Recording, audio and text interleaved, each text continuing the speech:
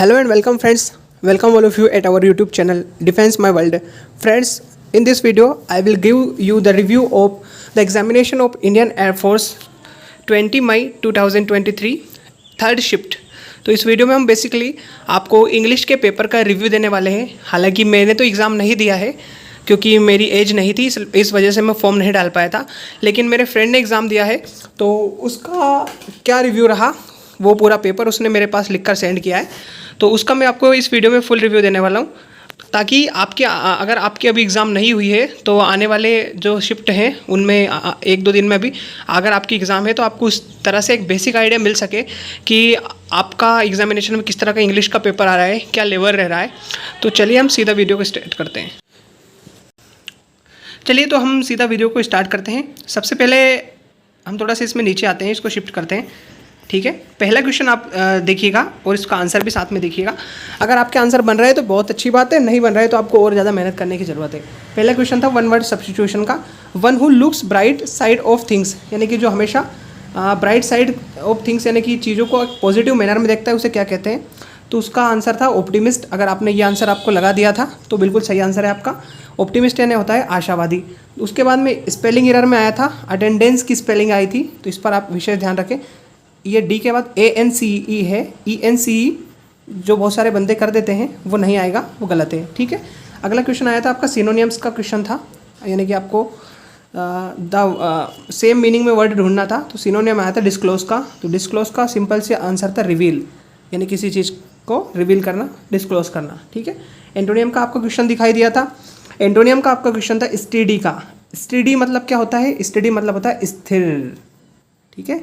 Steady मतलब होता है स्थिर, तो इसका एंटोनियम देखना था, तो इसका एंटोनियम होगा अनस्टेबल, यानी कि अस्थिर, जो स्थिर नहीं है, ठीक है। उसके बाद में पैसेज आया था। पैसेज तो अब बंदे को याद नहीं रहता है वैसे भी, पर पैसेज में एक सिनोनियम आया था लिबरेशन का, लिबर्टी। लिबर्टी मतलब होता है फ्रीडम, तो इसका फ्रीडम आपका आंसर था। अगर आपने ये लगाया होगा तो सही आंसर है, ठीक है। उसके बाद में आपका प्रीपोजिशन का एक क्वेश्चन देखने को मिला था। प्रीपोजिशन का क्वेश्चन था, क्वेश्चन नंबर ये 6 था।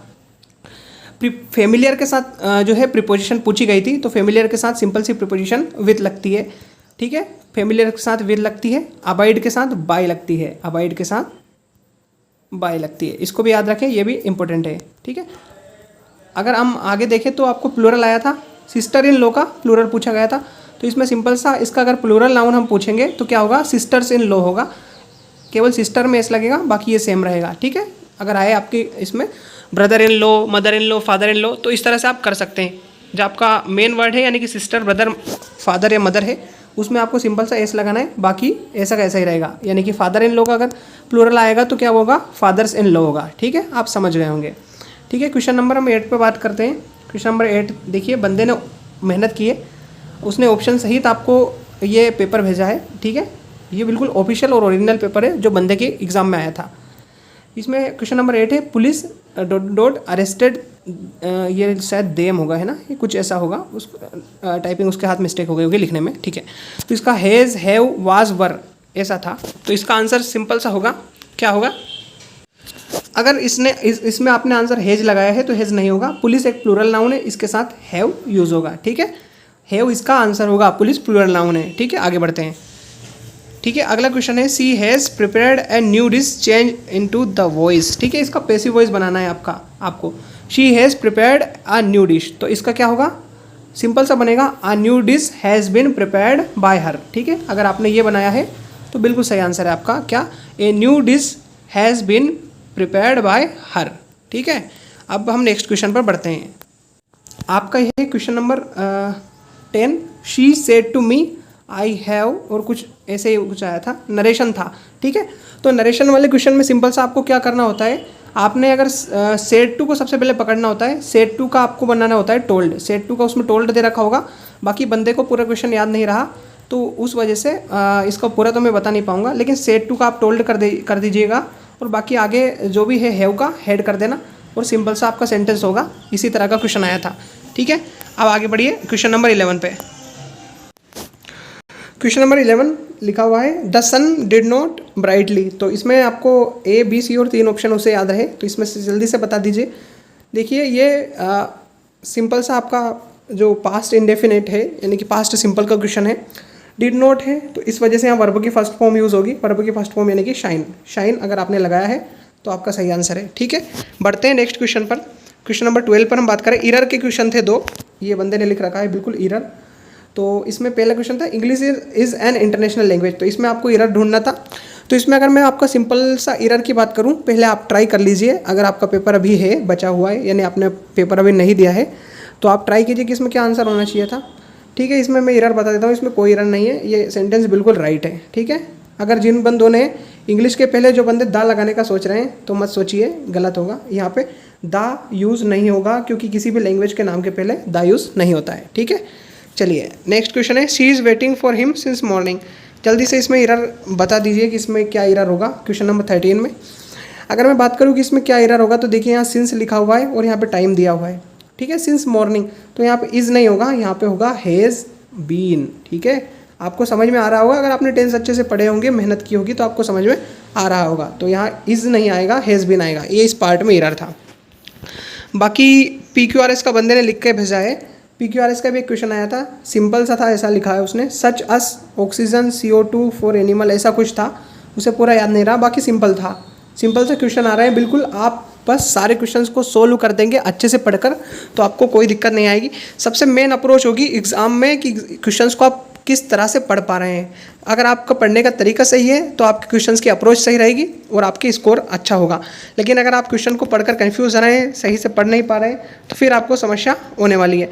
फिर अगला क्वेश्चन नंबर 15 उसका आया था, हार्डली का पेयर पूछा था। तो हार्डली का पेयर किससे बनता है? व्हेन से बनता है। ठीक है, पेयर पूछा था, उसका मतलब है कुछ सेंटेंस दिया होगा और उसमें कुछ भी दे रखा होगा, तो उस वजह से ऐसा कुछ सेंटेंस था कि हार्डली का पेयर व्हेन से बनता है, स्कार्सली का भी व्हेन से बनता है। ठीक है, हार्डली स्कार्सली सभी का व्हेन से बनता है।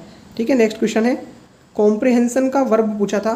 क्वेश्चन नंबर 16 है, यहाँ पर है सिंपल सा, कॉम्प्रिहेंशन का वर्ब पूछा था। कॉम्प्रिहेंशन का वर्ब होगा कॉम्प्रीहेंड। ठीक है, इसने लिख भी रखा है और निशान भी लगा रखा है, कॉम्प्रिहेंशन का वर्ब पूछा था।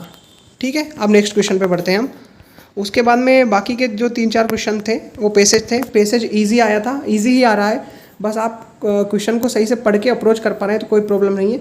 जलियांवाला बाग वाला कोई जो पैसेज था आपका, यानी उधम सिंह वाला पैसेज था, बाकी इजी ही थे क्वेश्चन। तो इसी तरह का आपका पेपर आ रहा है, यही आपके पेपर का अभी तक रिव्यू निकल कर आ रहा है। मैंने बंदे से भी बात की है तो उसने यही बताया कि पेपर तो आपका इजी ही आ रहा है इंग्लिश का, लेकिन जो बंदे गलत अप्रोच से पेपर को सोल्व कर रहे हैं उनको प्रॉब्लम, अच्छी खासी प्रॉब्लम देखने को मिल रही है, वो पूरे क्वेश्चंस अटेम्प्ट नहीं कर पा रहे हैं। तो अगर मैंने एक वीडियो इस पर पहले ही बना दिया था कि किस तरह से आपको स्ट्रेटेजी अपनानी है पेपर में, किस तरह से आपको क्वेश्चंस को पढ़ना है और सॉल्व करना है। अगर आपने वो वीडियो नहीं देखा है और अगर आपके पास अभी समय है तो आप उस वीडियो को देख लीजिए। उस वीडियो की लिंक मैं इस वीडियो के डिस्क्रिप्शन बॉक्स में दे दूंगा, आई बटन पर भी आपको वीडियो की लिंक मिल जाएगी, तो वहाँ से आप जाकर इसको अप्रोच कर लीजिएगा। एक बार उस वीडियो को देखने में आपका कोई नुकसान नहीं होगा, बल्कि आपको एक स्ट्रेटेजी पता चल जाएगी कि किस तरह से हमें पेपर को सोल्व करना है। इस बंदे ने वही स्ट्रेटेजी अपनाई थी जो मैंने अपने वीडियो में बताई थी, और ये 20 में से 20 क्वेश्चन करके आया है। अभी इसके लगभग सारे ही क्वेश्चन सही भी है, तो आप एक बार देख लीजिएगा, आपका भी फायदा हो जाए और स्कोर आपका अच्छा रहे। ठीक है, अगर वीडियो में आप पहली बार आए हैं, यानी चैनल पर हमारे पहली बार आए हैं, तो चैनल को सब्सक्राइब कर दीजिएगा और वीडियो को लाइक कर दीजिएगा, ताकि इस तरह की वीडियो हम आपके लिए लाते रहें। ठीक है, मिलते हैं नेक्स्ट वीडियो में। जय हिंद।